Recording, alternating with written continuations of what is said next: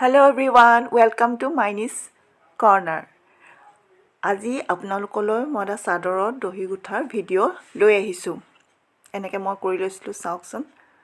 তাৰ বাবে লাগিব প্ৰথমতে আমাক এখন ক্লিপবোৰ্ড বা আপোনালোকে বহিও ল'ব পাৰে।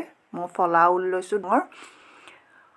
আৰু এই ফলা ঊলেৰে ইয়াত আমি প্ৰতিটো ৰঙৰে 10 পাক এনেকৈ মেৰিয়াই ল'ম।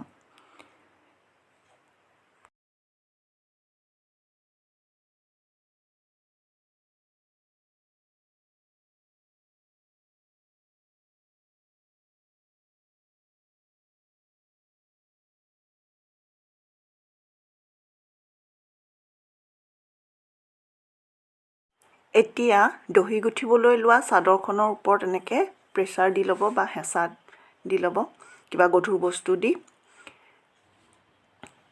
তাৰপিছত এটা বেজি লৈ এনেকৈ মই সূতা সুমুৱাই ল'ম। এটা নিৰ্দিষ্ট দূৰত্বৰ মূৰে মূৰে আপোনালোকে এনেকৈ গোটেই চাদৰখনতে আগ ধৰি সুমুৱাই ল'ব পাৰে।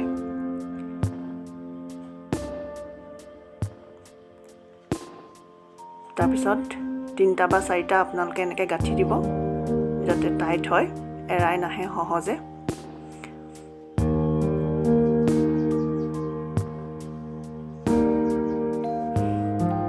এতিয়া যিকোছা আমি সূতা বনাই লৈছিলোঁ সেইখিনি এনেকৈ দি আকৌ পুনৰ 3টামান গাঁঠি দি ল'ব।